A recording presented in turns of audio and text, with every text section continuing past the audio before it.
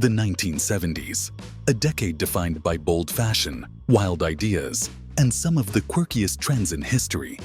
From glittering disco balls to bizarre obsessions like pet rocks, the 70s were all about embracing the unexpected.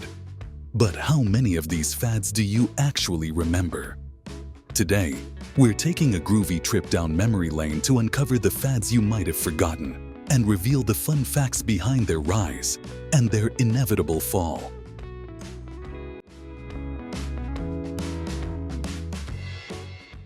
First up, mood rings.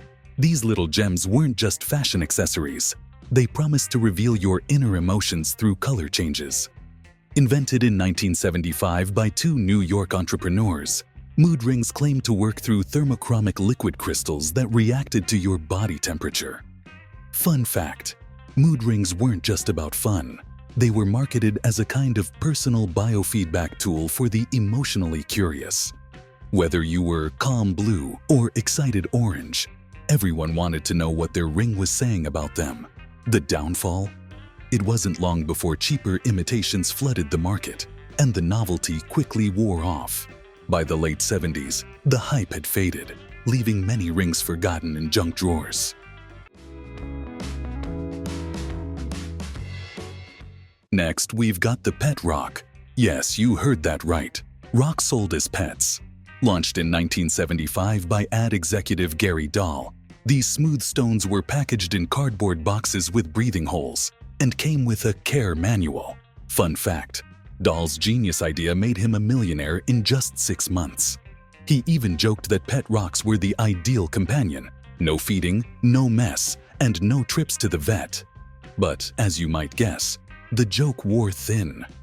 By 1976, the fad had crumbled, leaving people wondering why they'd paid good money for a stone.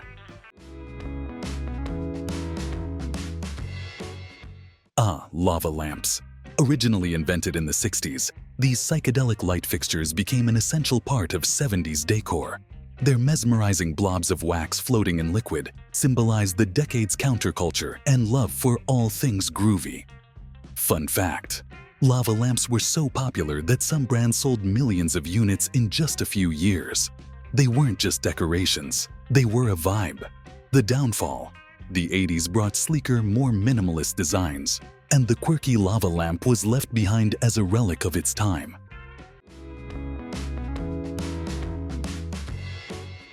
Now, let's talk about waterbeds, the ultimate symbol of 70s luxury and relaxation. Marketed as both therapeutic and futuristic, waterbeds were first introduced in the late 60s, but hit peak popularity in the 70s. Fun fact: by the mid-70s, waterbeds accounted for 20% of all mattress sales in the US and even appeared in iconic films. They were considered the height of decadence and even made their way into Playboy ads. The downfall: they were high maintenance, prone to leaks, and not as comfortable as promised. By the 80s, they had lost their appeal, leaving many wondering why they ever swapped springs for water. Next up is Pong, the game that launched the video game revolution. Released in 1972 by Atari, Pong was a simple table tennis simulation that captivated the world. Fun fact: Pong was so popular that some bars reported increased business because customers would come just to play. It was one of the first games to make video gaming a social experience. The downfall? As gaming technology advanced, Pong's simplicity couldn't compete with the more complex games of the late 70s and 80s. Still, it remains a beloved classic that laid the groundwork for the industry we know today.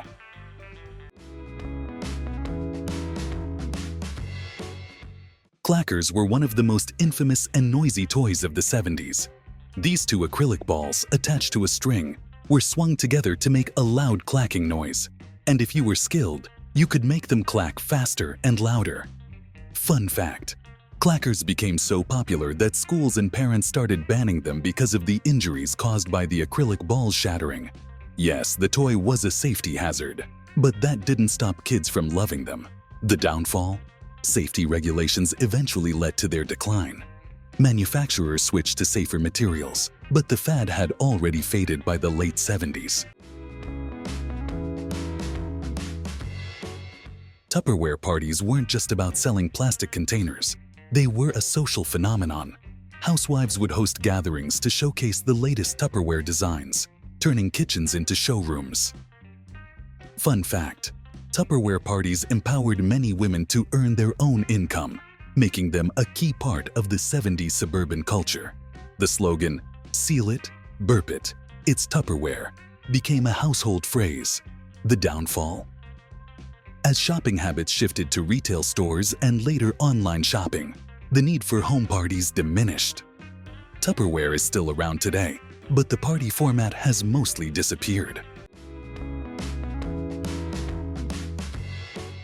Shag carpets were the ultimate statement of 70s interior design.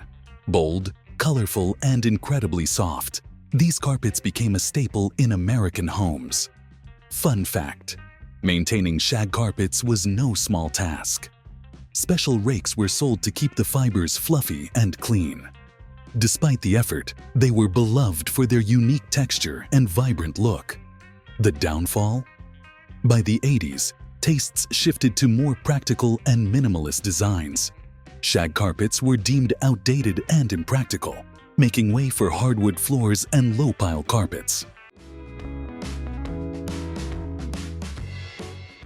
Hitchhiking wasn't just a way to get around in the 70s. It was a cultural phenomenon.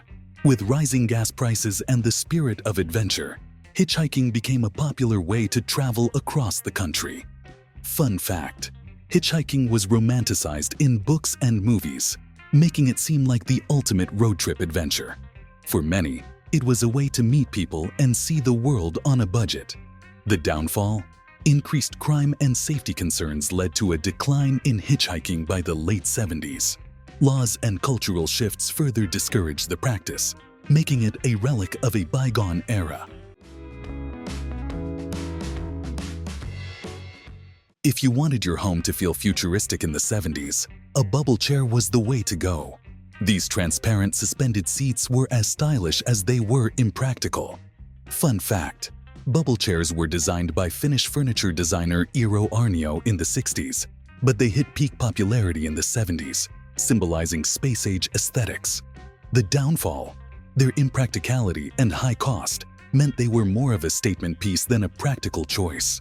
By the late 70s, they had fallen out of favor.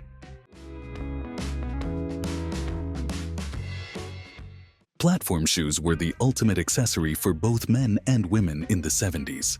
Whether you were hitting the dance floor or just walking down the street, these towering shoes added inches and style. Fun fact: platforms weren't just about height, they were about making a statement. Some designs featured goldfish tanks or glitter embedded in the soles, taking the trend to outrageous levels. The downfall? Safety concerns and changing fashion trends led to their decline by the early 80s, but they still make occasional comebacks in modern fashion.